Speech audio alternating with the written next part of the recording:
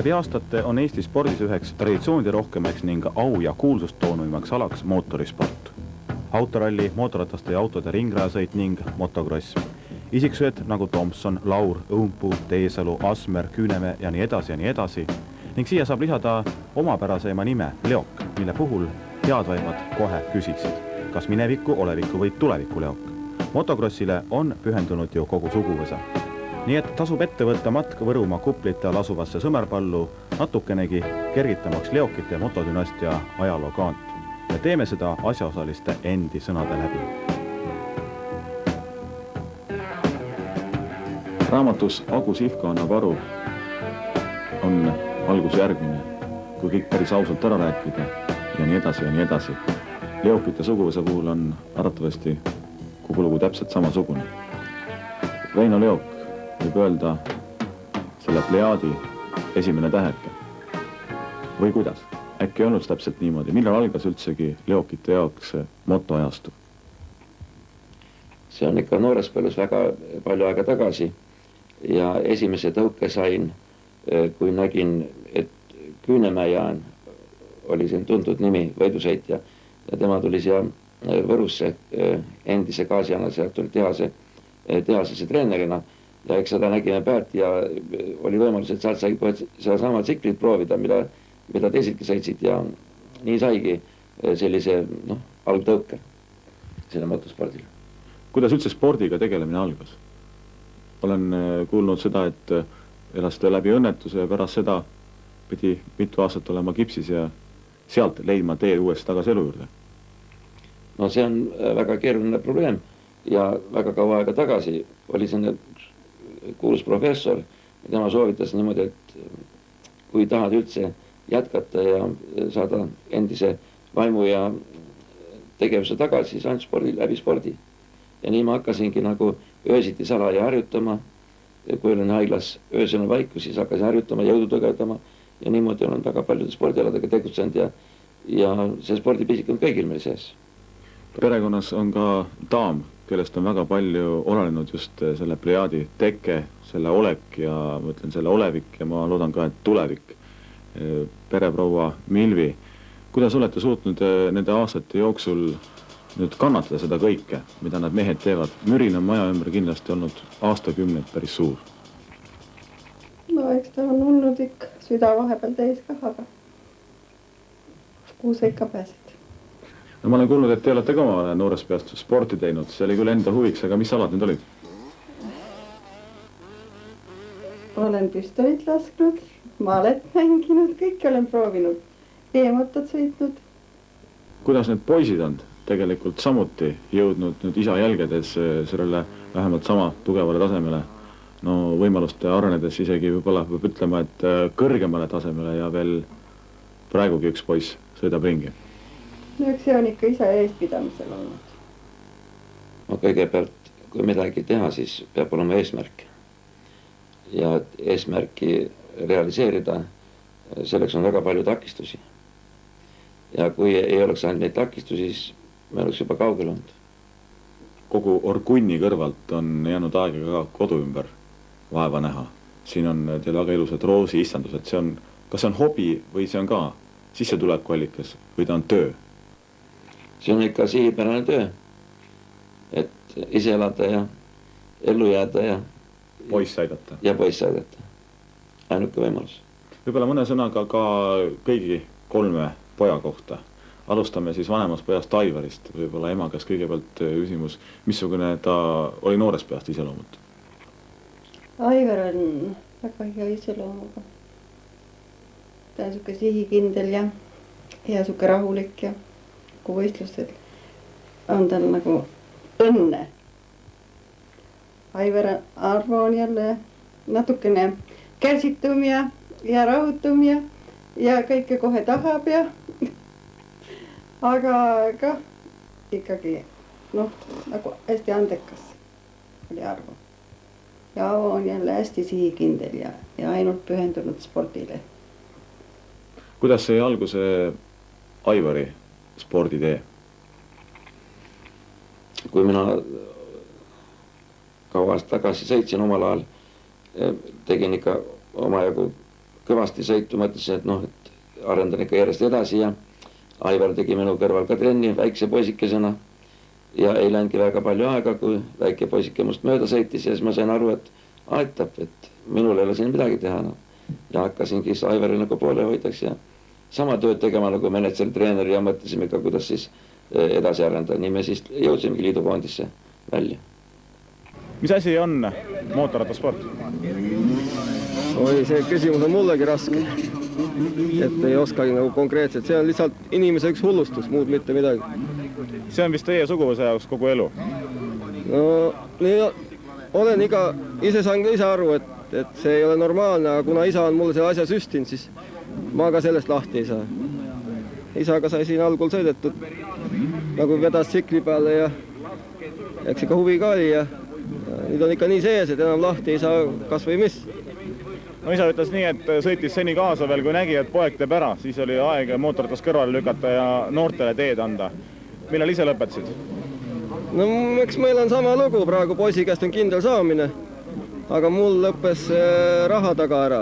Olid niisugused kehvad ajad üks vahe ja see rubla läks krooniks ja ei olnud valuutat, et õiget tsiklit osta. Aga no nüüd olen kõik asjad parandanud. Asi läheb igatahes juba joonde. Aigar on Eestimaal üks nõudavamaid noori hetkel motospordis. Kui kaugele ta üldse jõuda võib, kui tagant sudida? Ma arvan, et selliseid poisse peab veel sudima natukene. Ei tea, ma ei sõdi Aigarit eriti tagant, ta on veel noor ja tal ei ole seda jõukest praegu, aga küll kasv paneb asjad paika ja selle aasta on meil veel suured plaanid, aga eks näeb, mis saab. Aigar, su isa karikaid me äsja just vaatasime, neid olid kokku võideldud selle pika karjääri jooksul oma paarkümmend. Nüüd vaatame sinu riiulit ja aastal 1996 on sul neid karikaid, võib öelda juba, et rohkem. Tõsi, ajad on ka muutunud. Valisime nüüd välja 2 karikat nendest välja võideldud selle aasta karikatest ja ütle, miks sa just need 2 välja võtsid? No, üks on 80, kus ma võitsin esimese stardi ära, aga teise stardis just sai stardist kohe ette ja läks pikalt eest ära. Ei jõudnud enam järgi sõita. Aga teine karikas? 61. stardi võitsin ära ilusti. Teine start kukkusin esimeses ringil kohe maha ja ets sai mööda ja siis sain kuskil niimoodi eelviimane ring sain etsist mööda korvis. Kas sellist asja nagu praegu perelisad kodus ei ole? Ema on lastega, õigemini lastekarjaga siin omade ja võõrastega koos. Seda asja tuleb tihti ette?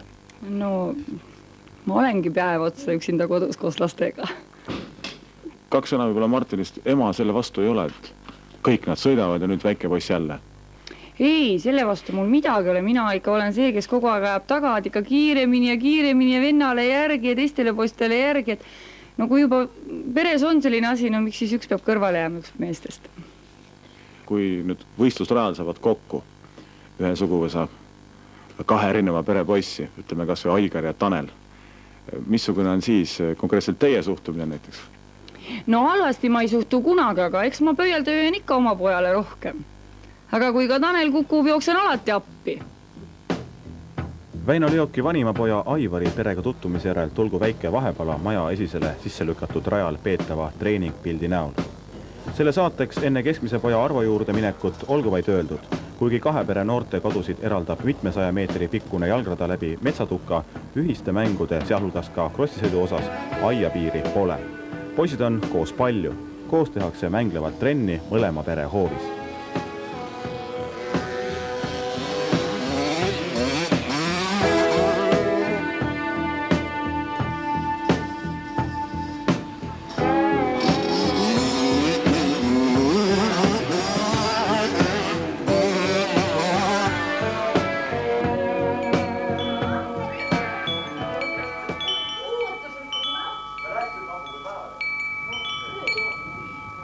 Vanuse vahe ei olnud suur. Arvata võis, et poiste vahel hakkas konkurents juba pihta siis, kui mõlemad hakkas lähenema 20-le. Ja no Aivar oli sinne, rohkem tegi tööd ja pingutas. Arvol oli jällegi sinne nagu sellist füüsilist ja talenti ja nende omavaheline konkurents läks väga ägedaks. Ei ongi nii kindel, et alati Aivar võidab, kuigi ta oli igal pool esimene. Oli ka Arvo võimaline konkureerima Aivariga. praegu see konkurents jätkub ju poegade vahel täpselt analoogiline. Mitte midagi vahet ei ole, täpselt sama. Aigari ja Taneli vahel. Ja täpselt, ja kui mõlematel postil on ikka sihtmärgiks võita ja kellel on õnne ja kes on parem, ta võidab. Arvo Leok, need isiklikud spordiaastad on nüüd selja taga, kui kaugele nad jäävad? No, 5 aastat, 6 aastat saab täis. Ei ole enam tegevsporti tehtud. No kui vaatad maja ümbruses, siis siin on 2 rada, 2 päris korralikku rada, ütleksin ühe perekonna kohta. Nii et mõtted motocrossist ei ole üldsegi kaugel. No ei ole jah. Tulevik on laste päralt ja näha, mis saab. Aga millest selline idee, et nüüd poisid taas? No millega peab tegelema ja parem sporti teha kui midagi rumalusi. No Tanel on nüüd oma onupojaga päris tasavägiselt sõitnud. Esialgu näib, et Aigar on siiski veidikene peal, aga Tanel on, võib öelda, et number 2 vähemalt sugusel hetkel, kui võtta noori. Jah, nii ta on siiamaani olnud. Sõiduga võib rahul olla, aga tulemustega ei saa rahul olla. Mille taga see kõik on? No, eks ta ikka iseloomu taga ja ei ole nii head võistlusnärvi. Treeningutel on võib-olla parem isegi. Kui palju on Taneli praegusest potentsiaalist realiseeritud? Ma mõtlen, kui palju tema võimed lubaksid saavutada? Kas ta on saanud seda kõike, mis nagu hing ja füüsis lubaks? Ei tea, eks tal ettevalmistus ole kõvem, aga võib-olla kogemused ja ikka närv ütleb üles võistluste ajal ja kukub palju ja muidu võiks olla ikka parem jah, kui ta võimeline on. Isal on närv päris krussis kui poissrajal? No võib-olla jah, kõige rohkem. Hetkel on jah nii, et Aigar on esimene ja Tanel on praktiliselt teine ja puudu ühest, teisest ja kolmandast asjast. Kas käib enne igat nõndanimetatud lahingut ka omavaheline vestlus, kuidas nüüd üleaadsetele meestele ära teha? Ei, eks ta ikka mingil määral ikka saab ikka öeldud, et vajame ikka tõiselt sõita ja ka see on võistlus, mitte mingi niisama nalja tegemine, et ainult esimene on õige mees. Missugused plaanid on sul tulevikus? Tean, et eelmisel aastal oli Aigar, võib öelda, peajagu üle. Tänavusel aastal on seis selline, et sulle väga hästi. Mida sa mõtled eelolevast nendest võistlustest, mis veel ees on? Peab mööda sõitma ikka. Mida selleks vaja on, et mööda sõita? Jõudu ja tsiklit on vaja ja... Oled sa oma tsikliga rahul? Jah. Nõnda nagu Aivari, nii ka Arvo koduõuel oli tunda eelseisva Sõmerpalu staadionikrossi võistluse hõngu. Ka siin peres oli järgmise päeva stardiootuses mitmeid külalisi, kellega ühiselt korrastati tehnikat ning käidi hiljem ka võistlusrada proovimas. Probleem oli antud juhul üles kerkinud Taneli rattaga. Lõivu võeti seetõttu isegi eesoodanud unetundidest. Olgu lisatud, et vaevtasus seekord end väga ära. Ja mis puutub naisperesse, siis nõnda nagu Aivari kodus perenaine tütre Mariga, nõnda ka siin pereema Piret tütre Liisiga tehnika juurde oma kätte ei seganud, vaid pühendusid oma toimetustesse. Nõnda palju siis keskmisest pojast Arvost, edasi juba noorima Aavo juurde.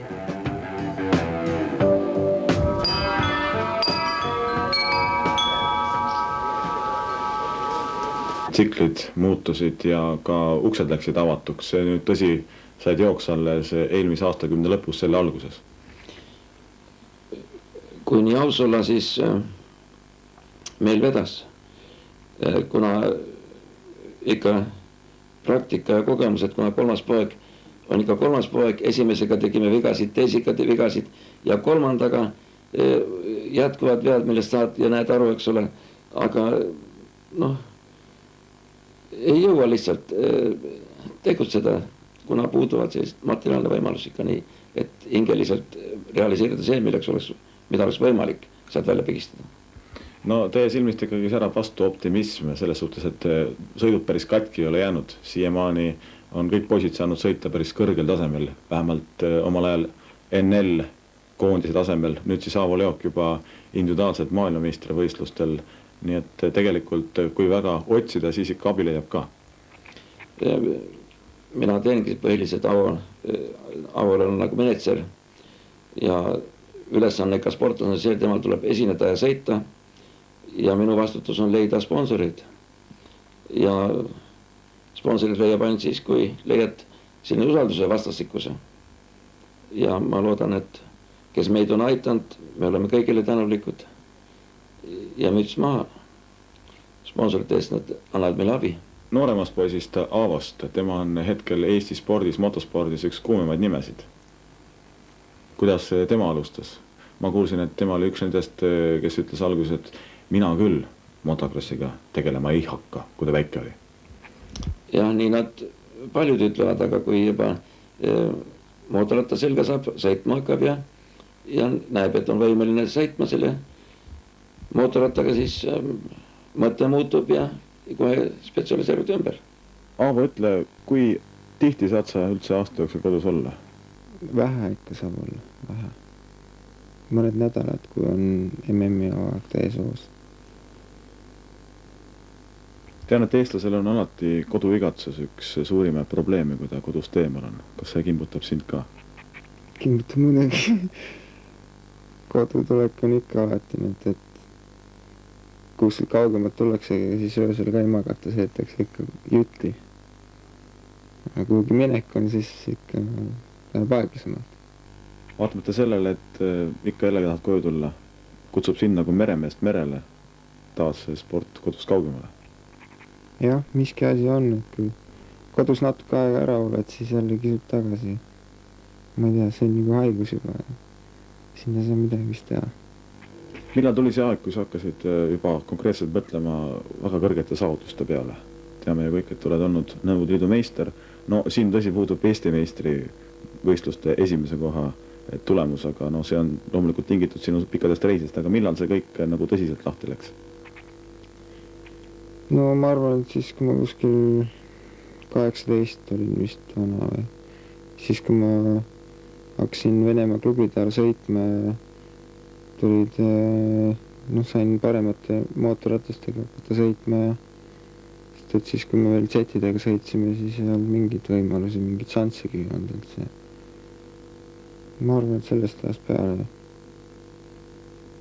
kui me juba need paremad mootorrattad saime kätte. Mis sa arvad, kas sa tuled enne maailmameistriks või tuled sa Eesti meistriks? No ma ei tea. Tahaks ikka seda maailmameistrit ennem saada, siis on aega Eesti meistrivõistlusi medalit korrata küll.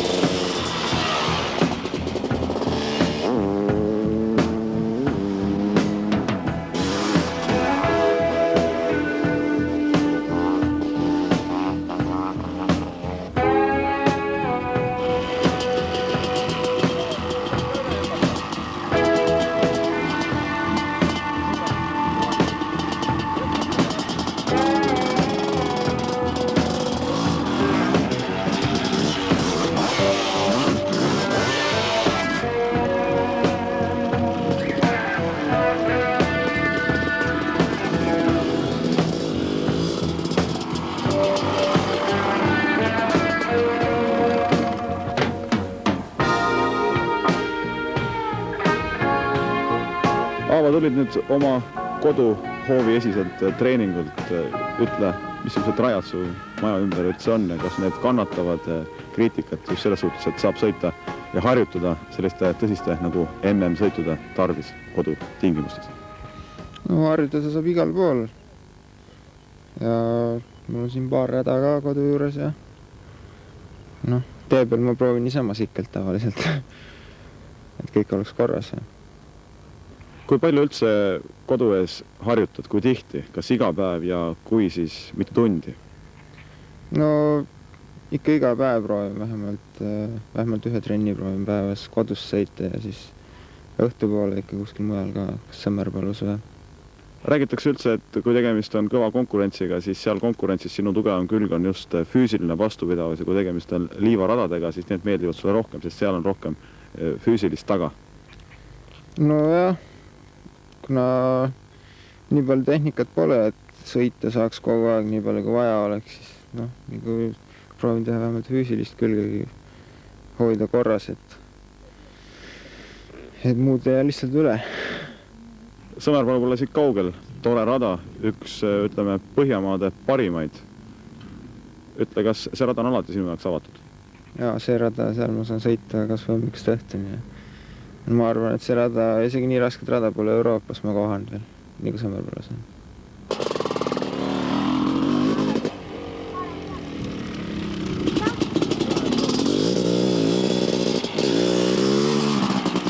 Võib öelda, Eestimaal on motoklubisid päris mitmeid, aga viimastel aastatel on ikka kõva rebimine käinud kahe klubi vahel. See on Saku motoklubi ja Sõmerpalu motoklubi. Võib-olla lühidalt ka siis Sõmerpalu klubist. Kas selle klubi liikmed on 100% nüüd leokid või on suurem osa või on väiksem osa? Palju siin üldse Lõuna-Eestis on krossisõitjad? Lõuna-Eestis on momendil Võrumaal 2 motoklubi. Üks on Sinilind, see on linnas. Ja siin endiselt maakohas Sõmerpalus, mille nagu juhataja olengi mina, eks ole. Ja meil on ka klubi president Vello Saarman. Vana motokaadrist on veel väga vähe järele jäänud. On hindamatu selline väga andekas ja ammustajast tugev korvisõitja Helmut Mõts ja tema ongi meil klubi mehaanik. Ja tänu temale me saame kõike nagu ka öösel teha, treida, keevitada. Enne võidusõitu on ikka ööd magamata tehakse tööd, kui vaja on. Ja klubi on väga väikseks jäänud. Mina isiklikult ei olegi selle poolt, et klubid peaks olema suured. Antud momendil ei olegi meil Sõmerpalus rohkem, kui me oleme esindatud 2 krossisõitjaga.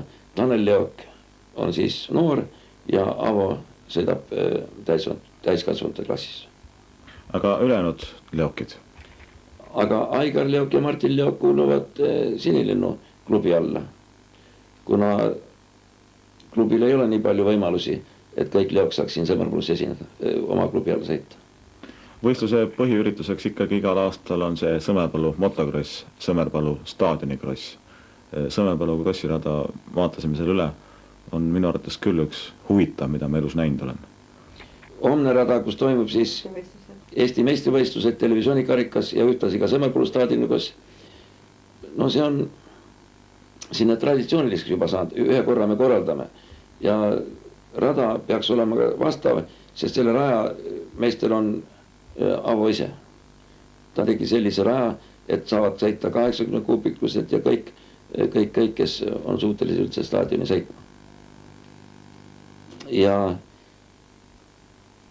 kindel on see, et me nii vabatahtlikult ei loobu sellest, jätkame ja teeme iga aasta nagu paremaks kõike seda üritust. Ta on ainukene, mina leian esmalt kõigepealt Baltikumi parim rada, ei ole sellist raja ka Soomemaal olemas ja nii palju, kui ma olen Euroopas ringi käinud, sellist rada ei olegi. Lõpetus, mida tahaksite öelda televaatajatele, kõikidele eestimaalastele, kes võib-olla kas on natukene nuusutanud seda motosporti, mõni kõrvalt, mõni võib-olla natuke isegi proovinud sõita, aga pole seda õiget motokrossi veel leidnud? No mina arvan, kõigepealt on vaja tulla ja vaatama, kus on ikka konkurents ja korralik sinne võistluste läbiviimine. Ja siis tuleb enesele selgeks teha, kas ma hakkan sellega tegutsema ja kui kõrgel tasemel ma sellega tegutsema hakkan see spordialaga. Ja pisik tuleb igale ühele sisse esimesel sõidul ja katsetusel. Ja see ongi see kõige raskem moment, et sellest näeme ei saa lahti. Olemegi teinud ringi peale. Nähtu ja kuuldu põhjal ei saa öelda, et teame nüüd leokite plejaadist kõike. Kestis ju TV3 võttegrupi külaskäik Sõmerpallu vaid ööpäeva jagu. Küsida ning teada oleks veel aga mitme saatetunni jagu. Sellegi poolest, kui silmas pidada Eesti sporditraditsioone, siis kaalukas näide on teieni jõudnud.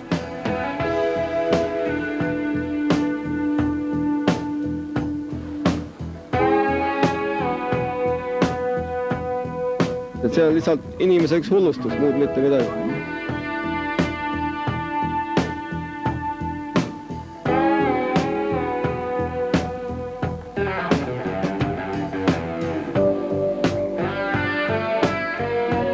See on hasart, ühistart. Ma ei tea, see on minu jaoks kõik.